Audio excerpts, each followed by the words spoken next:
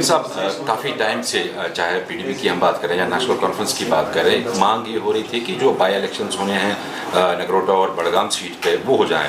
अब ईसीआई की तरफ से इसमें थोड़ा बहुत पेशरफ्त हमें दिखाई दे रही है। वो कह रहे हैं कि बिहार के साथ ये चुनाव किए जाएंगे। किस तरह से आप इस इक़दाम को देख रहे हैं और क्या कुछ तैयारियां होगी आगे इसके हवाले से अगर देखें? देखिए, अगर आपको याद होगा कुछ महीने पहले हमारे सदर मोहतरम की हिदायत में मैंने एक प्रेस कॉन्फ्रेंस दी थी जिसमें मैंने इलेक्शन कमीशन ऑफ इंडिया से रिक्वेस्ट की थी कि दो चीज़ें, एक तो पहले राज्यसभा का जो इलेक्शन है वो जल्द से जल्द हो, और दूसरा जो बड़गाम और नगरोटा की सीट है, क्योंकि वहाँ के भी लोग चाहते हैं कि उनकी चुनिंदा लोग हों और उनके काम हो, उसका भी इलेक्शन जल्द से जल्द हो। अब क्योंकि तब से कोई एक साल होने को हो रहा है और अभी तक नहीं हुआ। अच्छी चीज़ ये है कि राज्यसभा का इलेक्शन भी डिक्लेयर हो गया और उनके भी इलेक्शन अब होने वाले हैं जल्दी, और उसके साथ साथ जो पेशरफ्त हुई है नगरोटा और बड़गाम में, वो भी एक अच्छी बात है। हमारा मकसद यही है कि कोई भी इलाका, कोई भी कंस्टिट्यूंसी बिना रिप्रेजेंटेड न रहे, और हम उम्मीद करते हैं कि वहाँ भी जल्द से जल्द इलेक्शन हो और लोगों की जो चुनिंदा जो अपने लोग हैं वो आगे आ जाएँ। सेशन अब नज़दीक आ रहा है, असेंबली का स्पेशल सेशन ये इस बारी बुलाया गया है, तो क्या कुछ मुद्दे छाए रहेंगे? क्योंकि लोगों को एक्सपेक्टेशंस है काफ़ी, उनके मसाइल भी सुने जाएं, और जो यहाँ जम्मू कश्मीर को मसले दरपेश हैं, जिस तरह से स्टेटहुड का मसला है या रिजर्वेशन का मसला है या बाकी मसले हैं, क्या उन पे भी किसी तरह का पेशरफ्त रहेगा?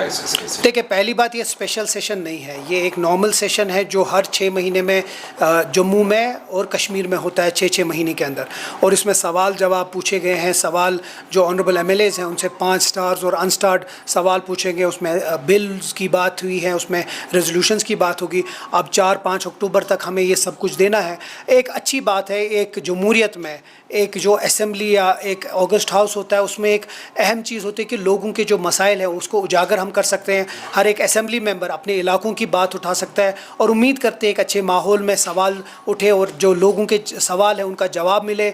जो अहम चीज़ें हैं, जो पिछली बार कुछ बिल्स नहीं चली गई, उसके ऊपर भी बात होगी। देखिए, एक अच्छा माहौल है जहां लोगों के सवाल उठेंगे और गवर्नमेंट से सवाल जवाब तलब किया जाएगा।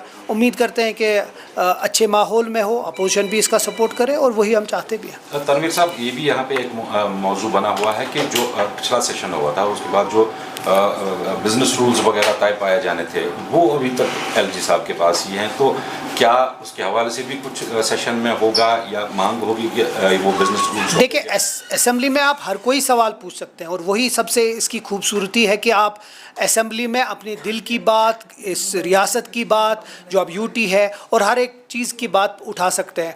उम्मीद करते हैं कि अगर जो ड्यूअल पावर सेंटर अभी भी, अगर आप देखेंगे कि कितनी रुकावटें आ रही हैं, अगर इस इलेक्टेड हुकूमत को, जिसको भरपूर तरीके से लोगों ने वोट किया, उसको अच्छे से चलने दें, तो न सिर्फ बिज़नेस रूल, बल्कि हम उम्मीद करते हैं कि जल्द से जल्द जो हमसे वादा किया है स्टेटहुड का वो रेस्टोर हो, ताकि हम लोगों के जो मसाइल हैं उनका हल कर सकें। उम्मीद करते हैं कि जल्द से जल्द वो भी हो। काफ़ी लोगों की मांग है कि जिस तरह से MLA महराज मलिक का जो वाक़ा सारा हुआ, तो इस मुद्दे को भी असेंबली के ज़रिए कुछ इसका सोल्यूशन निकाला जाए। क्या इसमें कुछ आपको लगता है? उम्मीद करते हैं कि असेंबली सेशन से पहले महराज मलिक को रिहा किया जाए।